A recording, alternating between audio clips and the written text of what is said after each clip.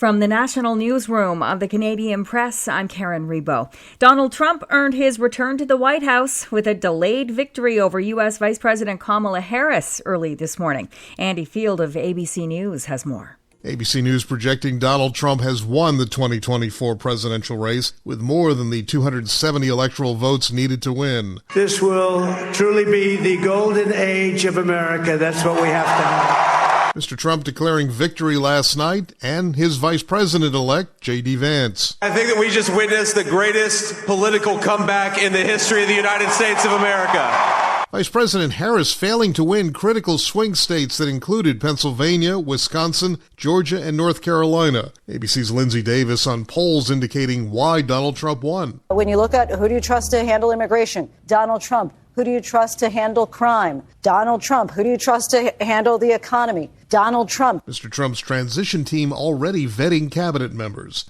Prime Minister Justin Trudeau has congratulated Donald Trump on being elected the 47th president of the U.S. On the social media platform X this morning, Trudeau writes, "The friendship between Canada and the U.S. is the envy of the world." He expressed confidence that he and Trump will work together to create more opportunity, prosperity, and security for both our nations. Canadian press reporter Kelly Malone says Ottawa has been preparing for just such an outcome.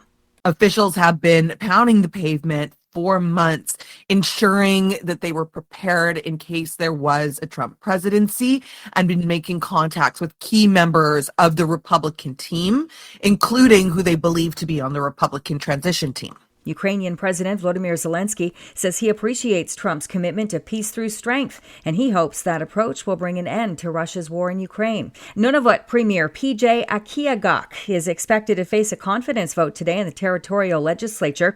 In a surprise move Monday, Ivy-Lik MLA Solomon Maliki gave notice that he would present a motion calling for Akiagok to be stripped of his premiership and removed from cabinet.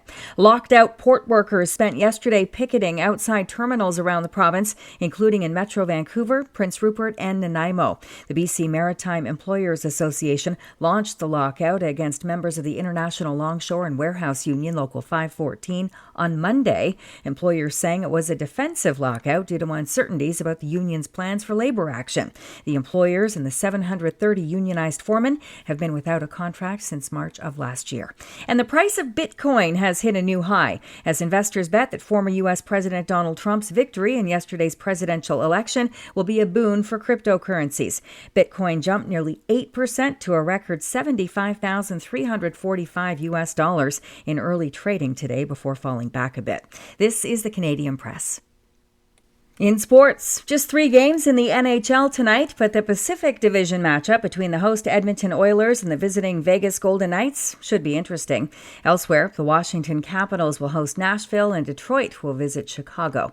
Vancouver captain Quinn Hughes had 3 assists in the Canucks' 5-1 victory last night over the host Anaheim Ducks, making him the 3rd fastest defenseman in NHL history to reach the 300 assist milestone. It took Hughes 376 games to reach 300. There are 12 games on the NBA schedule today, including one in Sacramento, where the 4-3 Kings will host the 2-6 Toronto Raptors. And Jason Ackerman's team from Regina's Highland Curling Club is the only unbeaten entry after 8 draws at the Canadian Mixed Curling Championship in St. Catharines, Ontario. Ryan Weeb's squad from Winnipeg and Don Bowser of Quebec shared the top spot in Pool B. From the Canadian Press, I'm Karen Rebo.